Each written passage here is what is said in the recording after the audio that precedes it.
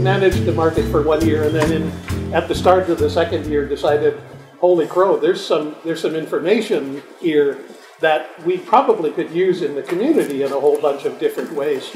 And so and we started the wrong way by suggesting to vendors that if they'd like to share that information with us anonymously, that we'd be more than happy to have it, and that we felt that we could use it in the community, again, anonymously without attaching any particular vendor to any particular number, that we would be able to help grow the market. So as a 2-year-old market, it was still pretty small. Obviously, we'd been 3 years old at that point, but it was still a pretty small market. And there were some things that I had identified that were missing that we obviously couldn't afford, and so we were going to go and get in-kind sponsorships and, if we could, some cash. But we needed some way to relate, the relevance and the importance of the market to the community. So that's the why, in terms of why we started doing the collecting in the first place. Yeah. So, and that's similar to us. I felt the same way.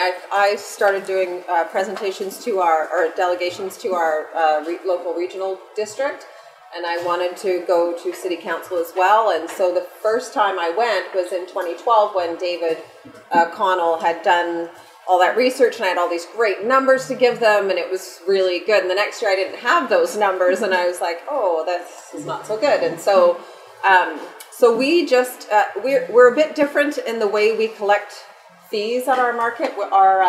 We collect table fees every market at the end of the day, because our table fees are 5% of your gross sales, or $20, whichever is more. So everybody had to come and line up at our table at the end of the day and give us their market fees. And sometimes that lineup was long and people wanted to go home and it was grumpy, and and so we started giving them this form and a little Ziploc bag and saying, you can just put your fees inside, fill out the form. If you want to leave it anonymous, then stay and we'll give you a receipt. If you don't want us to know who you are on the form, then come and pay in the regular way and we'll give you a receipt. If you don't mind us knowing, put your farm name down and drop off your bag, and then you get to go. So that was incentive for them, because then they could just drop their bag on the table and get out of there. And so it was we had 2 out of, 60 vendors say, no, I'm not doing that. Everybody else did it. A couple of them did it anonymously, but most of them just wrote down their name. I went around and introduced the form at in the morning of the market and said, this is what we're going to do. I'm the only one that's going to see this information. I'm not going to give it to anyone. Your tax man will never know, and all of that. And I also sign a confidentiality agreement in my contract every year, so so I won't share that information. And so it was really very easy for us. We have almost 100% compliance. Now, whether or not they're telling us the truth is another question. Yeah, then that varies, doesn't it? And in terms of, that's the form that they use. The one from Abbotsford is on its way around, and it has our logo on it.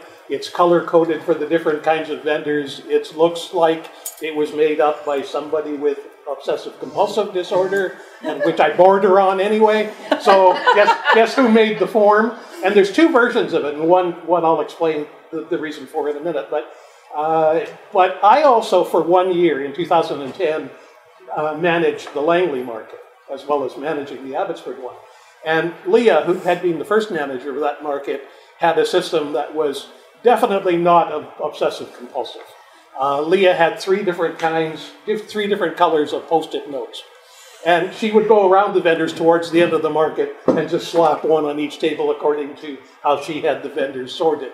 And they just put a number on the Post-it note, handed it back to her on the way out at the end of the day. So you want to talk about low-tech, with the exception of the amazing glue on the back of those Post-it notes. But, so there's a gazillion ways out there to actually collect that information. And if you look at ours, it also gives vendors, and there are some vendors who will use the opportunity not to give me the numbers on the day of. Some people don't count their cash at the market until they go home, but some people still don't want to share that information, and they think that filling that form out in a market, which is a fairly public space, somebody's going to look over their shoulder and see it.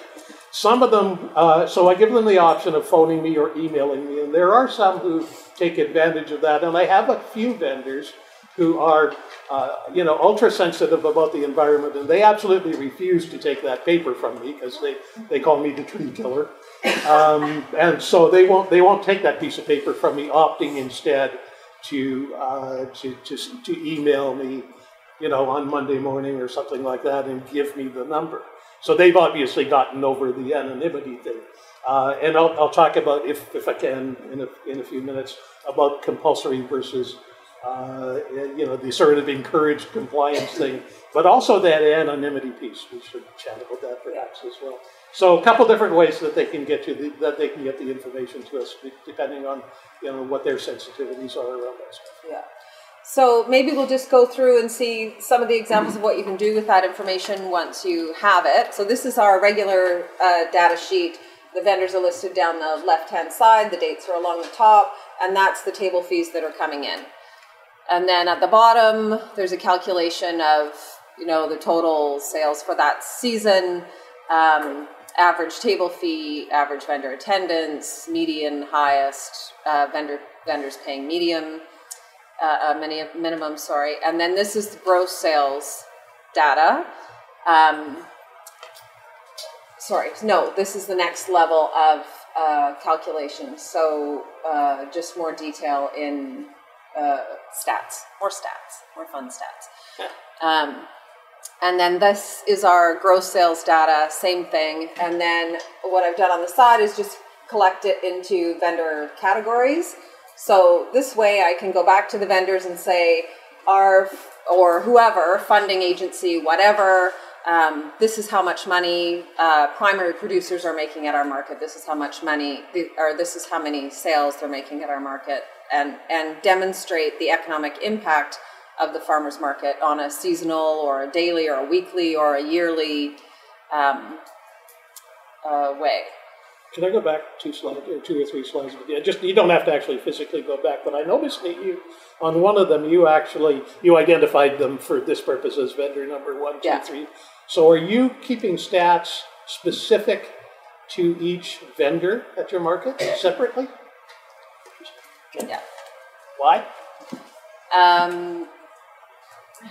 Because we give them receipts, because we collect their table fees, because of the table fee. Yeah, because of the table fees. I have to collect it, otherwise I can't give them a receipt unless they tell me what they sold, and they pay their fees based on that. Yeah. So there it is, gross sales by vendor. So then, vendor category. Vicky and I obviously didn't rehearse any of this. They asked us on Tuesday to do it. So so we didn't have a lot of time to rehearse, even if we wanted to. So the people that are, does anybody else feel a need, those of you that are collecting fees, to track for any other reason than what they do at Comox, to track what individual vendors tell you they're selling? No? Okay, good. Moving on. I mean, it might be interesting for sector-wise, but you've got that handled. Well, we do that, and both Vicky and I at least do a version of that. I don't keep track of each vendor. And you talked about some of the vendors flat out lying to you. I don't know that they are. Well, I do. But some of the other vendors think that some of their colleagues may not be telling the truth. Yes. I can generally tell by the form. If you put the same number on the form every single week, then I know you're not counting your money, and you're also not very imaginative. No, that's true. So there's that. But I'm assuming that they are close. I don't know why anyone would. And I think that's true, except that there are some people and I think there's two reasons. One of them, I had one who was really bad at it, but I've got a couple others that I suspect inflate the heck out of their numbers. And I'm not sure if they're doing it to impress us, or if they're doing it to impress themselves, or what the heck is going on. Or they think that if they put a bigger number on there, we'll get more sponsorship for the market. I'm not sure what the deal is. Yeah. But I also have vendors who will turn in a sheet, and they're a little cleverer than a couple of yours in that they'll give me a different number each week, but it's usually rounded to the nearest $100, or at least it's rounded to a. So you know, it'll say $200 or $400 or something like that. Yeah. Well, you know that's not the real number. Yeah. So. Yeah. So this is gross sales by vendor type. And this, I love this because it shows me that my market is still serving. So a farmer in our market is a primary agriculture producer. A processor is someone who's taking primary agriculture product and processing it. Like a cheese maker or a pasta maker or a yogurt maker. Baker's obviously a baker, concession, liquor, herbalist. So that tells me that our market is primarily serving primary agriculture, which is our goal. Then you can do stuff like this, where you look at sales by month. You could put all kinds of different factors in there to show, like when we do a food fest, if you have a special event, if it's pissing rain, if it's really sunny, if it's whatever, and you just build that into your data sheet. This is market share of the top 20 farmers, gross sales by farmer type, so vegetables, meat, seafood, fruits, plants. That's it. Yes. With your little form that the vendors put their money in and give X potato at the end of the day, do you ever have a problem with people not giving you that? And you have to go and follow them around the next week and say you didn't pay us last week? Yes. Sometimes people forget, and generally that's what it is, they're forgetting. But they usually come and tell me, because I have a list of who's at the market every week, and so if it doesn't match up, then I know somebody's forgotten. And Just an elementary question. Why are you connected to the state? Because I need to lobby our regional and municipal governments for space. Right now, we spend $400 a day at our indoor market to rent the space, and I need an argument as to why they should give that to us for free. I also, I think it just does something for our market to be explaining the economic impact of our market in the community and the health of our market. The health of the market. And let me just, because the other thing is, and in Abbotsford we are blessed for a couple of reasons with a local government who loves the market.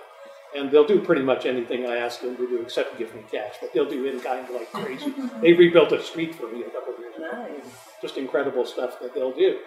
You're not recording this, are you? But so we also use the data that we collect from this and David Connell's 3 times ripple effect to demonstrate to our existing sponsors and some of our partners just the effect. So positive reinforcement, if you like. You've been supporting the market. That's good because look what we've grown to. The other thing is that in our particular case, we have parking, lots of parking, but it's sort of 360 degrees around the market. And there's 4 entrances to our market. And I have very few volunteers. So it's really, really, really difficult for us to track customer participation. We can do the odd day kind of a thing where we'll really concentrate on that and then try and extrapolate some numbers. Like, looks kind of half as busy as it did the other day, which is not overly scientific, but so we've been tracking the market performance in terms of the number of vendors that participate in our market and those gross sales figures. Go ahead. Those numbers really give you infer and then you can use that data to entice a vendor as well, exactly right? Yeah. I just want to address that whole thing around getting compliance from the vendors and yeah, like you guys, we met some resistance at the start.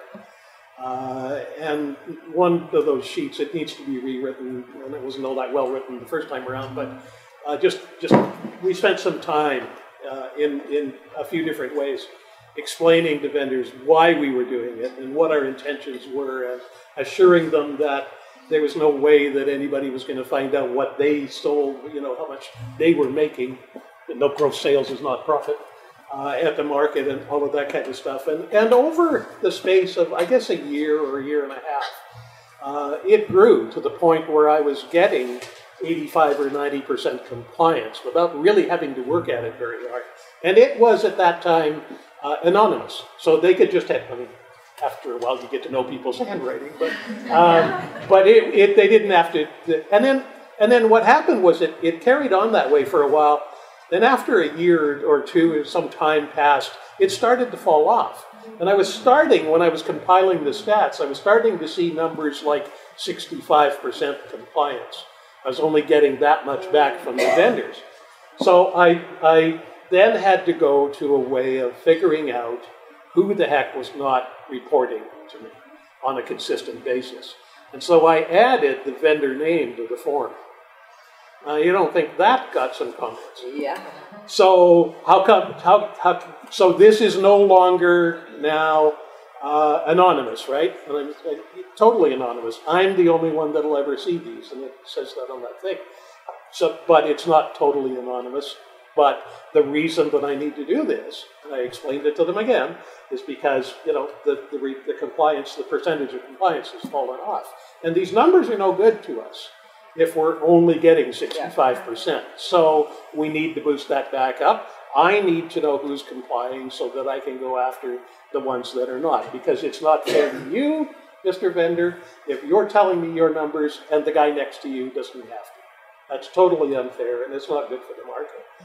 I have one vendor to this day who refuses to put his name on that form. I know. Yeah, I bet you do. I just bet you do. I have that one too. Wouldn't be a German guy, would it? So he flatly refuses, and I think that he's just giving us a bad time, right? Because either that or he's actually never heard of the process of elimination, or the fact that I can see the form when he hands it to me. Some of the vendors forced us, when we went to that thing with the name on it, some of the vendors forced us to have some sort of a receptacle where they could put it in without handing it to me, even though I was going to take it home and read it. I mean, people are funny, right? Yeah. Especially you start talking money with people, and now all of their little idiosyncrasies show up all of a sudden. But we're back up doing that because I've been able to go to individual vendors who are not reporting and say why, and have the conversation. And we at one point, as the board actually discussed making it a part of the vendor agreement. You must do this. And it is in there, but what we do not have is any penalty. Yeah. So it kind of says you got to do it, but it's like, so what if I don't? Yeah. So, but it has worked. It's back up. Some of them try to come like 15 minutes before closing, but how you gonna handle the rush? Right? But no, they're not supposed to come till noon. Partly because we're selling tokens at the market table, and there's still people rushing in to get their tokens so that they can shop at 11:45, and so it's very difficult for us to be trying to do two things. We ask for them after the market, and at this point, we're getting away with making them bring the reports to us. When so far, let's see. They do that with the coupons? When I go by a vendor's booth at an hour before the market's closed and they've already got their form filled out, those tend to be the ones that I kind of start to suspect the numbers a little bit, right? But so I just want to name something. There are people in this room that are running markets, not as nonprofits. So it's up to you whether you want to share that information. I'm not sure that. So we've only got 5 minutes left, so we won't make it all the way around. But like you said, on our market, you can check our website to see what our fees are and also all kinds of other information. So any last questions about the blue screen? the blue screen, or the collecting data before we go? Good job. Great. Well, you guys, good conversation. That's awesome.